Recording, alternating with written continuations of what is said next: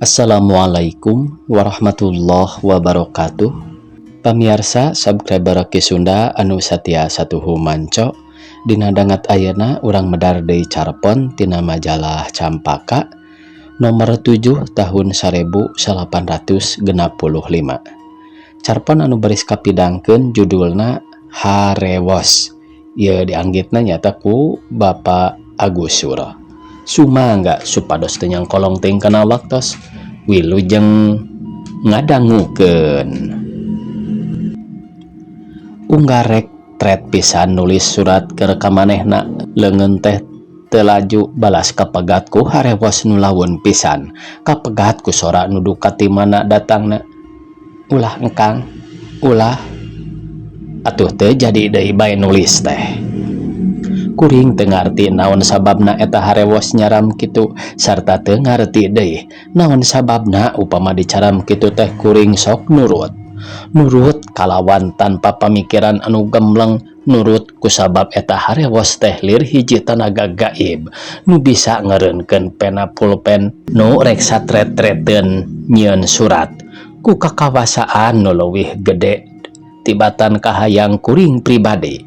Dina hal eta kuring kudu balaka memang yen diri meh bae dikadalian ku eta harewos, tapi dipikir deui sarta jeung nyana yen kuring teh lalaki anu kudu leuwih loba make pikiran tibatan emosi dina nyanghareupan soal-soal hirup. Sok jol deui kahayang nyieun surat keur ka manehna teh kudu cek hate teh aing kudu nyuratan ka manehna nandakeun yen aing ngarti kana sifat awewe nu salawasna nganti. Sakali mangsa mah kuring geus nyanghareupan meja tulis deui kertas, amplop jeung pulpen sayagi pikiran geus buleud yen kudu nyieun surat keur ka manehna. Awahingku geus teu tahan hayang geura narima jawaban. Dina mangsa-mangsa kitu manusia mikabutuh dua hal nyaeta pangabutuh lahiriah jeung pangabutuh batiniah. Kulantaran kuring kaasup ka manusia normal jadi teu bisa leupas tina eta dua pangabutuh baku. Pikeun nyumponan pangabutuh batiniah teh kuring kudu nyieun surat keur ka manehna di antarana malah kuring menang jawaban emosi. Barang retret pisan nulis seperti biasa eta harewos teh datang deui. Ulah engkang, ulah. Pikiran jadi mandog mayong kawani sebagai lalaki kudu kompromi jeung sora gaib.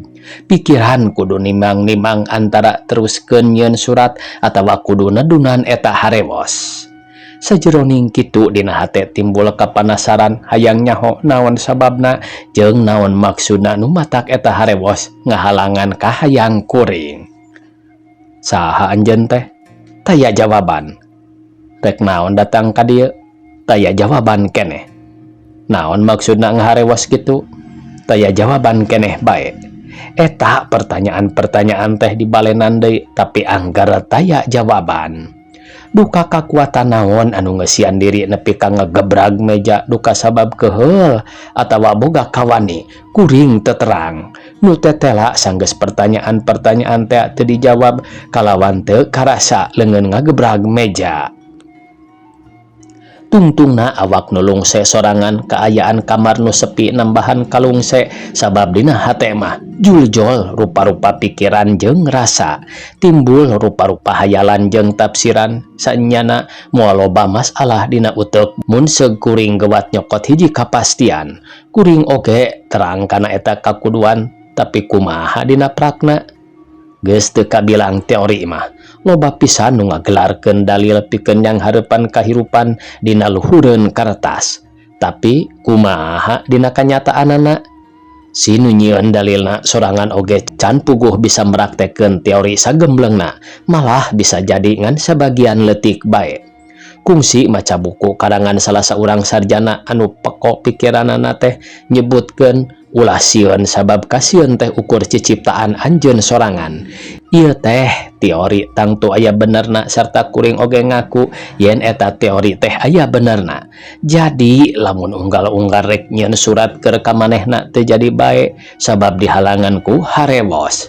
Si sarjana teh bakal nyalahkeun ka kuring meureun mun wawuh mah eta sarjana teh nyarita Nah anjeun make bisa kapangaruhan ku sora harewos. Nah anjeun make sieun jeung upama anjeun tulus nyieun eta surat anjeun sieun bakal aya kitu rejeng kieu di akhirna. Tuluy meureun eta sarjana teh ngajarkeun deui teorina. Ulah sieun sabab ka sieun teh ukur ciciptaan anjeun sorangan. Eta omongan sarjana teh jadi bahan pikiraneun deui, hiji bahan anu kudu dikompromiskeun. Jeung anggapan kuring ngeunaan hal eta nyaeta yen disagigiran hal-hal anu bisa dipikiran oge aya hal-hal anu bisa kahartina teh ku jalan percaya sabab mungguh pikiran manusia mah aya watesna. Hal eta pisan nu ngalantarankeun pikiran jadi mandog mayong soalna memang perlu direngsekeun ku pikiran jeung timbangan rasa. Tungtungna jadi ngahuleng jandela kamar dibukakeun di luar kaayaan peting-ting trim pisan. Dayeuh Bandung dilebak katenjo ukur tingkaretipna listrik lir tingkaretipna bentang di langit biru. Angin gunung tiis seger ngeusi rohangan kamar nimbulkeun rasa tumarima tur rasa nuhun kayang widi nu parantos maparinan kanikmatan kaendahan ka makhlukna. Nenjo kaayaan kitu mah pikiran nu sumedang tagiweur teh bisa rada reureuh sakedeung bisa cenghar saheulaanan. Dina kaayaan kitu, dina kaayaan pikiran rada caang najan sakedeung pisan tapi geus cukup pikeun nimbulkeun hiji sawangan jeung harepan. Nya ku sabab eta pisan kuring nyipta deui hal-hal anu pibariseun di sorang. Bahwa rasa unggal manusia normal tangtu bakal miboga hal-hal anu sifatna micangcam kahirupan anu leuwih hade atawa nu leuwih khusus deui seperti pameredih diri kuring harita nyaeta micangcam dunya anyar anu pinuh ku kabagjaan raga sukma nu pinuh ku kaasih papada manusia tur nu pinuh ku karapihan anu ikhlas tanpa pangarahan. Pikeun bisa nadunan eta pameredih kuring kudu nangtukeun heula sahanu baris bisa babarengan dina enggoning ngambah deui jalan geusan ngahontal eta harepan-harepan sanggeus kuring ditinggalkeun maot ku pipamajikaneun 3 tahun ka tukang. Geus pas pisan hate milih nining batur kuliah anu rek disuratan teh. Waktu pikeun milih nimbang-nimbang serta mestikeun teh teu wudu lila oge meh sataun. Tangtu aranjeun nanya naon sababna kuring milih nining, alasanana mah basajan pisan. Nyaeta pedah manehna teh percaya sarta ngarti kana tangtungan kuring sataun memang waktu nu lila pikeun milih. Tapi kuring can sacara langsung ngedalkeun pangajak batin ka manehna yen aya maksud nu daria. Sanajan kitu asa moal nyalahan upama kuring boga kacindekan yen manehna moal rek nolak. Upama kuring mikahayang teh sanajan hal ieu kacirina ngan wungkul dina isyarat-isyarat nu teu langsung. Sakali mangsa mah duka kalepasan duka memang dihaja manehna ngomong kieu. Piraku ari kedah ti istri heula mah ti harita geus beuki yakin bae yen manehna geus sadrah baris nampa kuring ngarti kana maksud omonganana nu mata kudu buru-buru nyieun surat teh oge. Tapi nyaeta atuh unggal rek tret nulis unggal dihalangan bae ku sora harewos sora nu duka ti mana datangna. Ulah engkang, ulah peuting bubuh ting trim udud geus ganti deui ku nu weuteuh bari ngarasakeun haneutna perepet cengkeh leungeun katuhu ceug deui kana pulpen. Maksud teh rek ngamimitian deui nyieun surat teh. Kakarage nulis nepi ka kumaha damang kunaon tos lami nining tara katinggal kuliah. Geus ngong deui eta harewos teh nompo pisan kana ceuli. Ulah engkang, ulah. Kalawan sadar tur make pikiran ayeuna mah kuring mendetkeun janela nutupkeun pulpen merenan kertas katut amplop nu can kungsi di alamatan. Kuring maksakeun sare maksakeun ngareureuhkeun pikiran-pikiran anu pinuh ku rupa-rupa timbangan tafsiran jeung kayakinan. Kuring maksakeun ngubur ingetan-ingetan anu salawasna lalawanan dina hate keur saheulaanan. Peuting isukna ngahajarek nepungan nining di imahna di Bandung nu jauhna ti imah panganjrekan kuring teh aya kana 8 kilometerna kasampak keur Suwung. Ceuk si bibi tetanggana, "Ti siang keneh oge teu araya duka arangkat ka mana?" "Dupi, Neng Nining." puguh hawatos pisan ka neneng teh, Cep. Kunaon kitu Bi? Ditundung ku Ibu Ramana?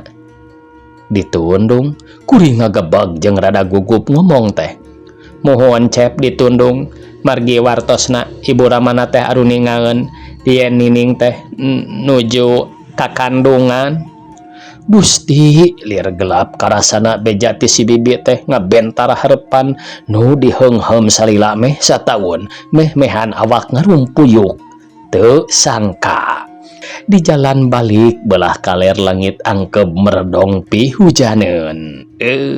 Tamat pamirsa, Bumi Siliwangi akhir Juni 1865. Sakitu anu tiasa kapihatur. Wassalamualaikum warahmatullahi wabarakatuh.